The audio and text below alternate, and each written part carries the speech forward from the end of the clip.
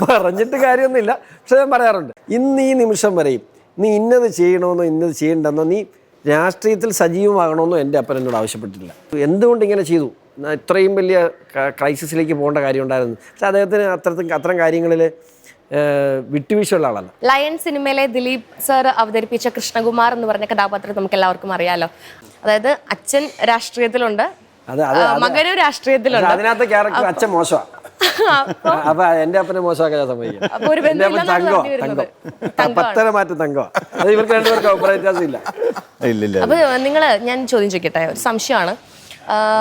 സ്വാഭാവികമായിട്ടും ഒരു പ്രസ്ഥാനത്തിൽ വിശ്വസിക്കുന്ന ആൾക്കാരായാൽ പോലും വ്യക്തിപരമായിട്ടുള്ള അഭിപ്രായ വ്യത്യാസങ്ങൾ വരുമല്ലോ. ഓപ്പൺ ആയിട്ട് പറയാറുണ്ടോ അച്ഛൻ ചെയ്തത് ശരിയായില്ല അല്ലെങ്കിൽ അത് ശരിയല്ല അച്ഛൻ പറയാറുണ്ട്? പറഞ്ഞിട്ട് കാര്യമില്ല, പക്ഷെ പറയാറുണ്ട്.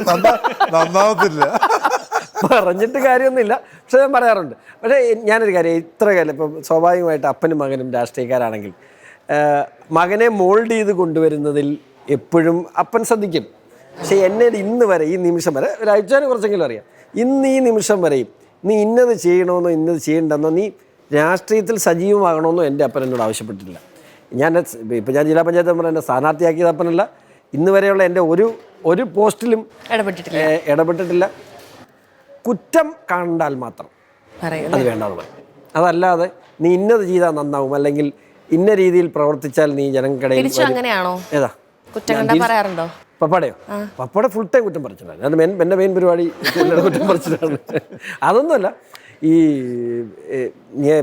ഞാൻ എപ്പോഴും പറയാറുള്ള കാര്യമുണ്ട്, PC ജോർജ് ജനിച്ചത് കർഷകനായ ചാക്കോച്ചൻ്റെ മകനായിട്ടാണ്. ഞാൻ ജനിച്ചത് രാഷ്ട്രീയക്കാരനായ PC ജോർജിൻ്റെ മകനാണ്. ഞാൻ കുറച്ചുകൂടെ മോൾഡഡാണ്.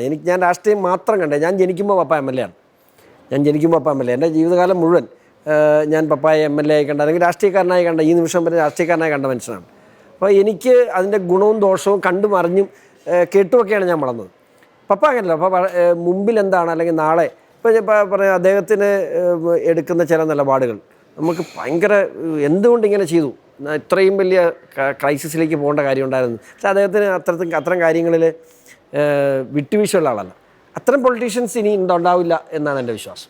PC ജോർജിനെ പോലുള്ള പൊളിറ്റീഷ്യൻസ് ഇനി അങ്ങനെ ആരും അത്രയും ഒരാവേശം കാണിക്കും എന്ന് ഞാൻ തോന്നുന്നില്ല. എൻ്റെ പിതാവിനോടൊപ്പം ഇവര് അടുത്തടുത്ത് മുറിയായി 6 ടേം അടുത്തടുത്ത് മുറിയാണ്. അപ്പം ഞാൻ MLA ഹൗസുകളുടെ എൻ്റെ പഠിത്തക്കാരനൊക്കെ അവിടെ ആയിരുന്നുകൊണ്ട് രാജശേഖരനായിട്ട് എൻ്റെ പുതൃ സഹോദരൻ എന്നുള്ള ഒരു ആത്മബന്ധമുള്ള ഒരാളാണ്. അപ്പം ഈ പണ്ട് മുതലേ ഞാൻ ചിരിക്കുന്ന മുഖം കാണുന്ന ഒരു പ്രത്യേകതയുള്ള എനിക്കൊന്ന് പപ്പായും രാജശേഖരനും 5 ടേം ഒരുമിച്ച് 5 ടേം 25 വർഷം ഒരുമിച്ച് MLA മാരായിട്ട് ഇരുന്നാണ്. അപ്പോൾ ഭയങ്കര മാനസിക അടുപ്പമുണ്ട്. അതിനേക്കാൾ കൂടുതൽ ഞങ്ങളുടെ മുറി അടുത്തടുത്ത മുറിയാണ്. അപ്പം അന്നും ഈ ചിരിക്ക് അദ്ദേഹത്തിന് അല്ലെങ്കിൽ എനിക്ക് തോന്നുന്നത് റാന്നി ഒരു കല തീർന്ന കോൺഗ്രസ് മണ്ഡലമാണ്. ഇദ്ദേഹത്തിന് ചിരി കൊണ്ടാണ് അവിടെ ഇദ്ദേഹം ഇത്ര കാലം ജയിച്ചത്.